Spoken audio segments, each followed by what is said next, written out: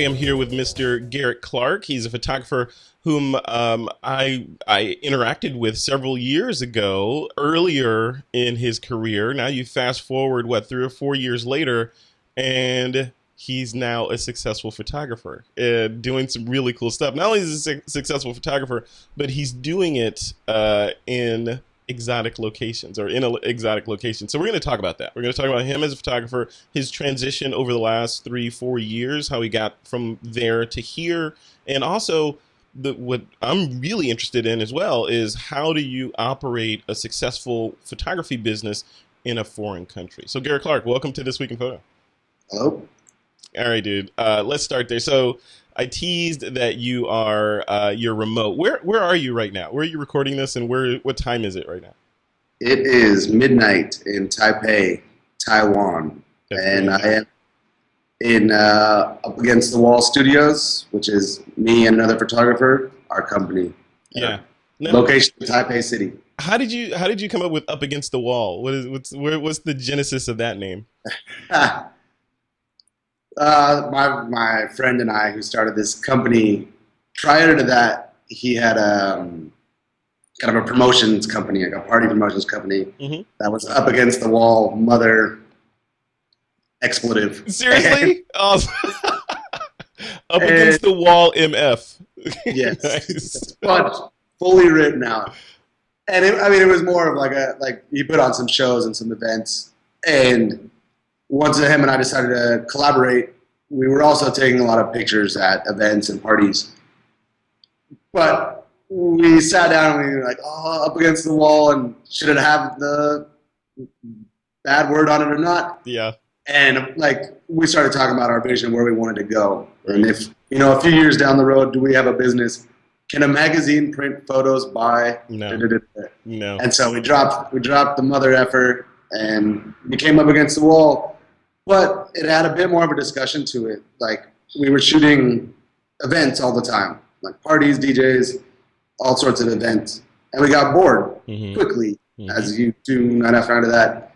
And so what we started to do were make mini studios inside of the club. Like photo booths? Like photo booths? Yeah, a photo booth. Like, this is 3-4 years ago. And so we have kind of themed photo booths inside the club. And you find yourself talking a lot like, oh, stand up against the wall, stand up against the wall. And then I think part of that kind of clicked in. We're like, oh, that name will actually fully function for our name. And stuck with it, and yeah, we got it. Well, were you not always, when did you discover that you wanted to be a pro photographer? Was this sort of like, a series of events that led you to where you are now, or was this always in the plan? One day I'm going to be in Taiwan, in Taipei, and I'm going to have this cool studio, and I'm going to be up against the wall. How'd you get here? I wish I could say yes, but that would not be true. In high school, I did photography, and my high school had this amazing photography program. And our teacher, Sue Barkis, was just this amazing woman, and we had multiple dark rooms in high school. So I was 13, 14, 15, up until 17 years old, and ditching all my classes to go make prints in the dark room, and basically forgetting everything else and being like, this is what I want to do, and always walking around with a camera.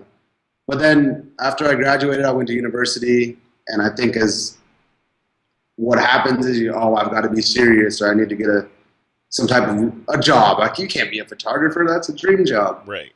And I went to school in Northern California, in Chico, and studied economics there.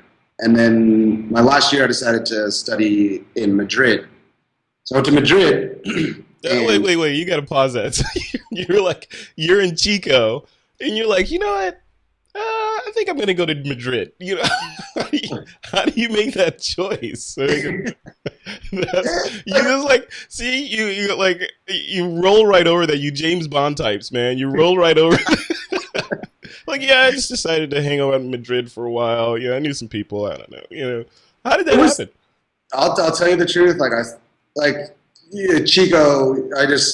I love Chico, but I started to be like, I want I want to set my like sights a little bit larger. I'd grown up traveling. My parents travel, so I've been all around the world. My dad's from Ireland, so every summer I'd go back to Ireland. So the idea of traveling wasn't really foreign to me at all. But then I started like studying Spanish, and I think in California it's essential to know Spanish. Mm-hmm. And so I got more and more involved speaking Spanish, and I started to realize, okay, you need to live in a Spanish-speaking country to actually fully speak Spanish. Right. And the choice was between Costa Rica and Madrid, and I couldn't make my decision, so I literally flipped a coin.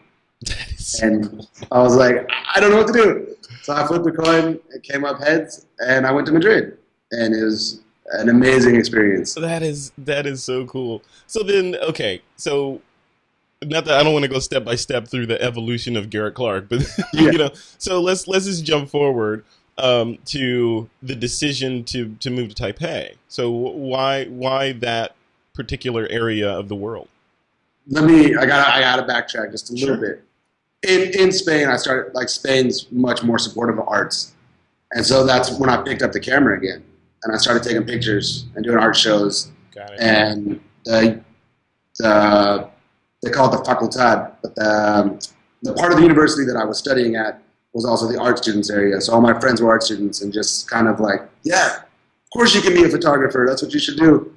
So I started to get really into it.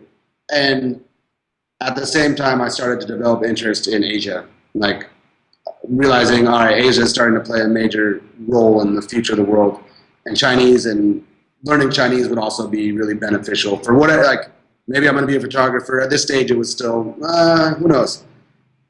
And so I moved back to California to save up money to move to China. Mm-hmm. And I thought, I'm just going to go live this adventurous lifestyle and take amazing travel pictures.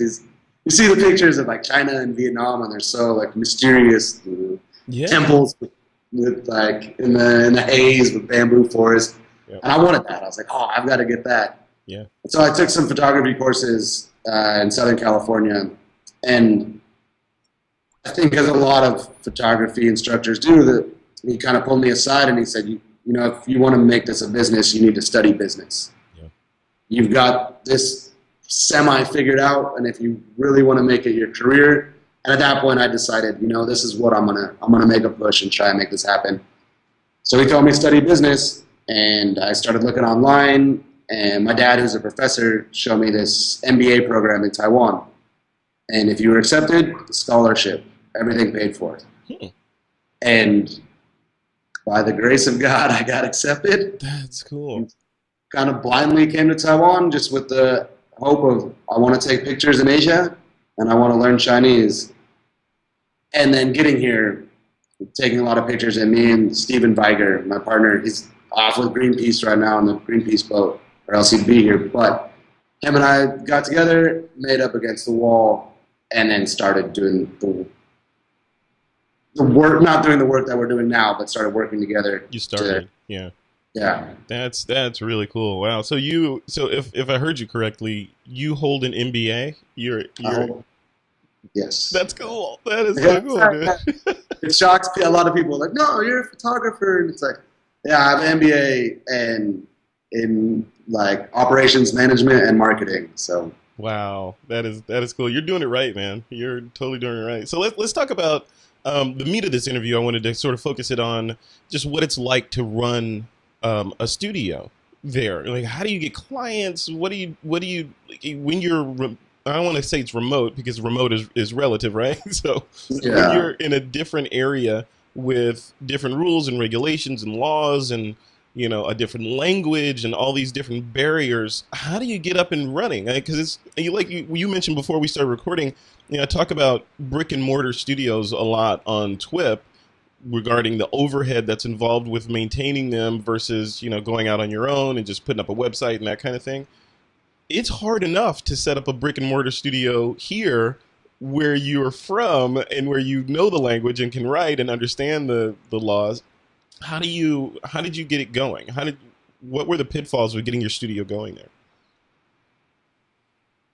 We sat down and we discussed the kind of photography that we wanted to do, and both of us have a different approach to photography.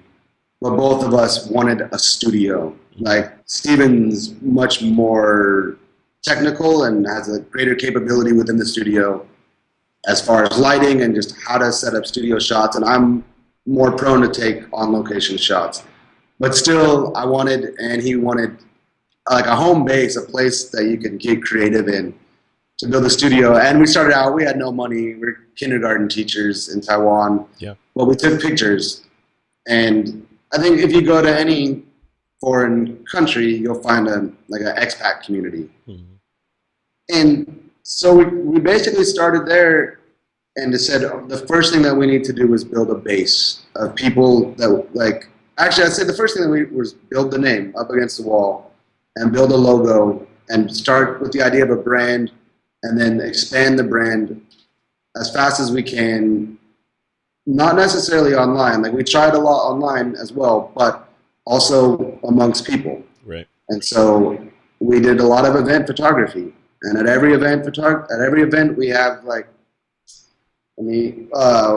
lot of promotional material, a lot of business cards and stickers and things that people would start to be like, oh, this isn't some guy in the club taking my picture, but this is up against the wall taking my picture.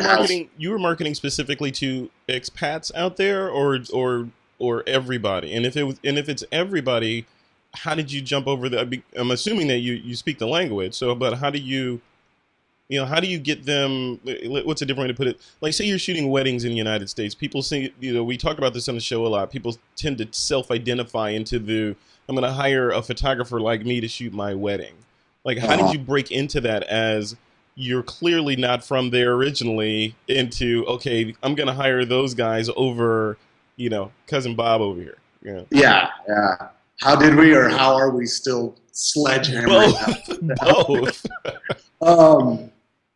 Well, after shooting events, and we started to get some name and also some more traffic to our website, what happened was we started to get a lot of clients outside of Taiwan. Mm-hmm. So we get a lot of people that, like Taiwan right now is in the top 10 travel destinations in the world by Lonely Planet. And Taiwan also has this incredible technology industry. And so there's a lot of publications, whether it be travel magazines, airline magazines, or technology magazines that have an interest in Taiwan, but they want to hire us because we can speak English. Mm-hmm. Or we want to have someone that we can communicate with that can go out and get the shots. So when you talk about being in another country and the difficulties of it, one of the advantages, we could take foreign clients, whether it be in Europe or anywhere in the States, Canada, that have an interest here, and we can work with them and help them achieve what they need in Taiwan. But that doesn't really settle, how do you get clients in Taiwan? Yeah, how do you? I mean, are you knocking on doors? Are you putting flyers on windshield wipers, or what's it? Well, there's a number of things that we've done, but I think the two strongest things that we've done now are we do a lot of work with Greenpeace, mm-hmm. and we do a lot of work with Red Bull, both very globalized international companies that also want tons of photography and spend money on photography. And so they're both very good clients that have roots all around the world, but also have really strong roots in Taiwan. Yeah. Yep. And I think that's what's really helping us bridge this gap of getting more into the presence of the Taiwan photography market. So we've taken step one was working for solely companies that weren't based in Taiwan. And we're in the middle of step two where it's working for international organizations that have a presence in Taiwan. Mm-hmm. But we've also have tons of print flyers, and we made we printed out postcards and stickers and buttons, wrapped them in nice packages, and walked up and down the streets of every business. And where our studio is a big shopping area. We wanted to do some fashion sort of shoots or kind of ad campaigns for stores. Yep. And so we literally walked around with twine-tied butcher papered packages of promo material in Chinese, and walked in the store and said, "Hey, can we speak with your boss? Can can we hang out? We've got our studio down the road. We want to work with you. And we're starting to see the results of that come back now as So well. you are fluent in Chinese, so you can step into that store and not be doing sign language and drawing pictures on a pad, right? I'm not doing sign language. I can go in and talk about photography. I can talk about the studio and have a chat. But if somebody wants to discuss further, then like you have your confines of the vocabulary that you know. And Chinese is really difficult. Like you know what you know, and it's not like English where you can kind of build on what you know. It's like this is what you know, and if you don't know it, you don't know it. Right, right. And so yeah, we definitely like I was thinking before this interview, like one of the most important, absolute essential things if you're going to work in another country is learn the language. You must learn the language. And we're in the process where we speak enough Chinese to definitely have conversations and run the business, but there's a lot of room to grow. Yeah, Sure. yeah, of course, always. So I want to talk about just the idea of a little bit about the idea of the costs involved with setting up a studio there versus here. Like for me, like just out of my anything outside of the United States, it just seems like it's going to be insanely expensive, even though that's myopic and stupid. But it seems like it just seems unsurmountable that I could go to a different country and set up a business, because it's hard enough here to do that. And I'm thinking over there, someplace where you don't have a mastery of the language, you don't, there aren't those cultural connections to do that. Like what's the like physical costs that to get your business going, and how'd you guys overcome that? The actual like breakdown of costs. You're just generally, yeah. No, I was going to say they work much more in our favor here than they do, say, like Taipei would be, I mean, it's not San Francisco or Los Angeles or New York, but it is the capital city of the country. Yeah. And like the cultural nucleus, and we're right in the heart of it. And we have, I don't know how many square feet this is, but I mean, you could park a car in here. Mm-hmm. So it's large vaulted ceiling warehouse, and yeah, our rent is extremely cheap. Yeah. Surprisingly, like it's not like the overhead costs really isn't. It's not prohibitive to enter the market. We pay to run the business. You're looking at without paying ourselves salaries, just like what we have to pay to keep going is around $1,000. Wow. Which is, in the big scheme of things, is nothing. No. Wow, that's crazy. That's crazy. Yeah, we definitely have to. I don't want to let that cat out of the bag. All right, I'm coming. Are you going to see This Week in Photo Studios right next door to yours in a couple of weeks? No, but what was interesting was actually trying to find an appropriate place. Like, Taiwan is a really small country with a really big population, and people live in really close quarters.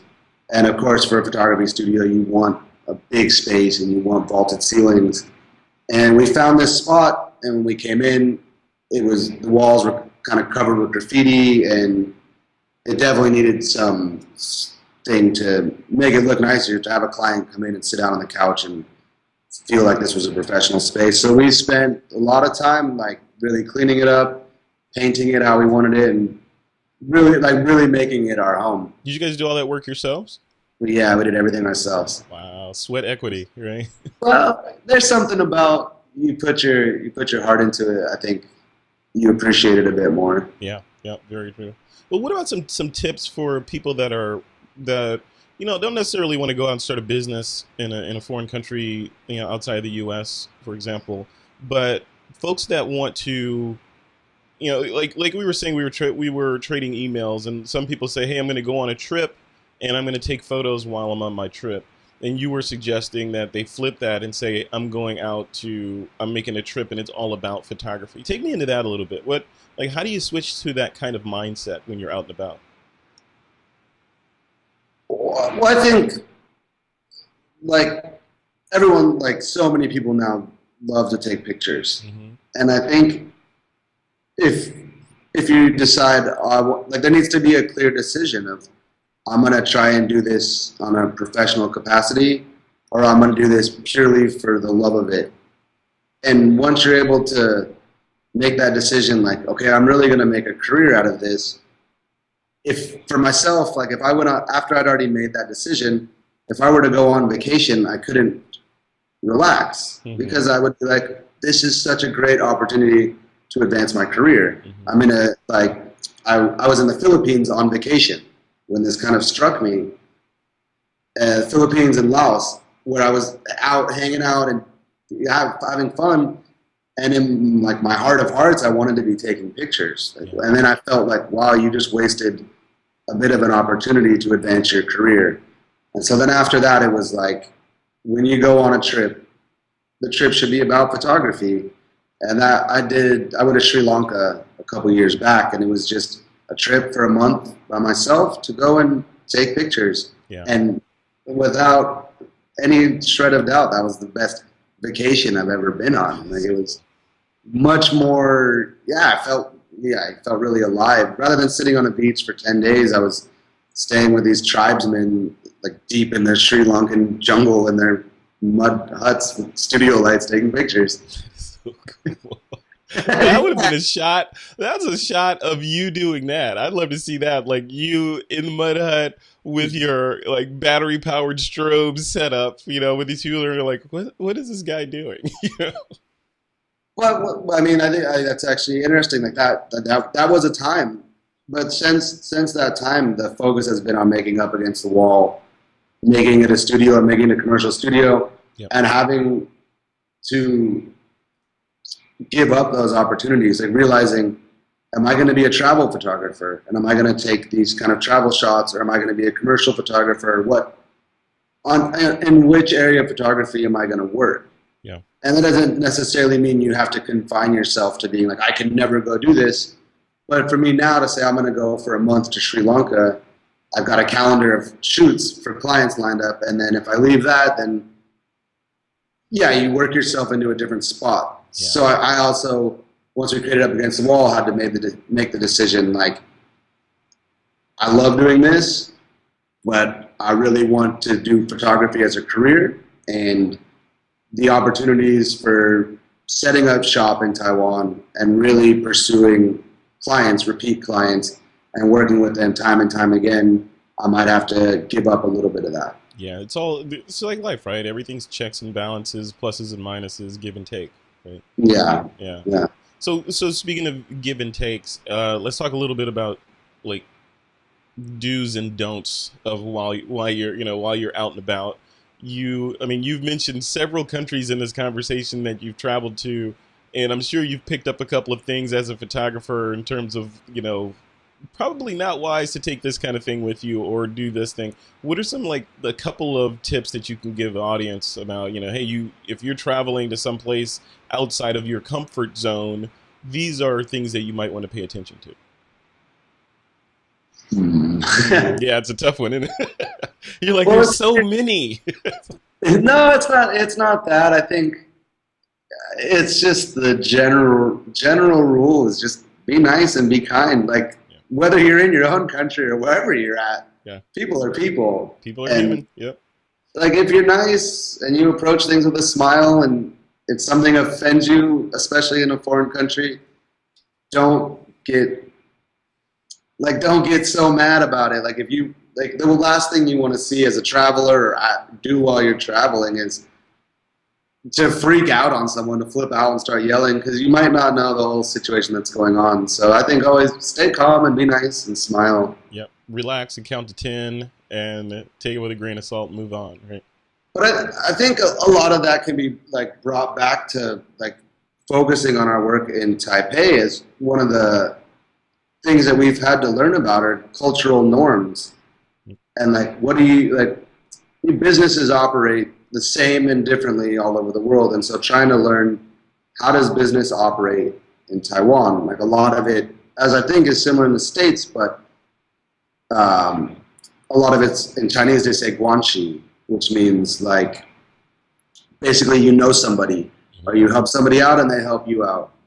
And so learning how to operate that type of system in whichever country that you're going to be in, like, we've definitely had to learn that. Like, sometimes you'll give more, maybe you'll do a shoot for reduced costs or less or free in order to and understand, oh, well, this is going to come back to me in a better way, or this helps these people out. And I think that if you're going to take pictures in another country, that's something you want to pay very, very close attention. Reciprocity, right? Reciprocity. Pay it forward a little bit, and it'll maybe come back to you, right? Well, not just that, but like the business norms, the way business is ran in that particular country. Like different countries operate in different ways, and I think having an astute awareness of that is important. Like that, understanding the culture and speaking the language are going to put you much further ahead than just walking around taking great pictures. If you can combine the three of those, then you got yourself moving. Love it, love it. So what's next on the agenda for you personally over there, and up against the wall, the company entity? What's on your agenda? We've got this giant chalkboard on the wall over here. Yeah. We like I mentioned before, we do a lot of work with Red Bull, and they're an awesome client because they've helped us bridge this gap into Taiwanese society. They do a lot of work. We work closely with the music and culture department of Red Bull, and so they've introduced us to a whole bunch of DJs and artists and musicians and dancers all in Taiwan, and all of these people have other people that they're involved with, other businesses they're involved with. So Red Bull's helped us enter into Taiwan, and just today we had a meeting with them where we're going to start doing some documentary video. You'll be happy to know we're moving into video. But a little bit ago, Red Bull did this thing where they wanted to try and bring DJs and classically trained musicians together. So they had a guy spinning, and then this Juilliard-trained violinist playing violin, and they made these songs, and they crossed over. It was amazing, and it inspired this other guy to make this show where he's going to have like classical musicians and hip-hop artists together. Yeah. And so in our meeting today, we discussed, okay, here's the promotional photography that we're going to do for it. So we're developing, I guess, like the poster that you'd see on the street, like going down the street, and then a few teaser videos, kind of commercials for it, as well as a documentary covering they're doing 3 shows in total. So we'll do a documentary of the whole thing, all in Chinese. So, of course, yeah. We've got that coming up. We do like personal shoots for fun. We've got some cool stuff that we're working on next week. And then we're doing another video next week of a French tattoo artist and graffitier that's got some like prominence within that community, and he's coming to Taipei. And it's super cool. Like, he does tattoos in very strange places. Not like strange on the body, but like the actual physical location being strange. Yeah. And in Taiwan, they have this, it's kind of like Taiwanese chewing tobacco. It's called betel nut. And all these guys chew it, and it makes their mouth red and gross. Yeah. But if you drive outside of the city, there's these boxes on the side of the road, and these bikini-clad women in these boxes that taxi drivers pull up, and they come out and they sell them these bags of this chewing tobacco. So anyhow, the idea is that we're going to get this tattoo artist to actually do a tattoo inside one of these boxes on the side of the road and make kind of a mini viral documentary about it. That's cool. I want to see that. Let me know when you get that thing done. I'd love to help get the word out about it. That'd be awesome. Yeah, we're excited. We're transitioning more into video work, as I think is like almost the expectation at this point. Yeah, multimedia. And specifically video. But yeah, multimedia. You gotta know bits, pixels, and all this stuff lately. It's like right now. I'm pretty new to video, so it's exciting to make these little clips and just put them together. Mm-hmm. And yeah, I'm excited to get more involved with it, and especially like back to the business side. If we can approach clients and say we can provide a studio shoot, like if we're talking clothes, we can provide a catalog shoot for your clothes.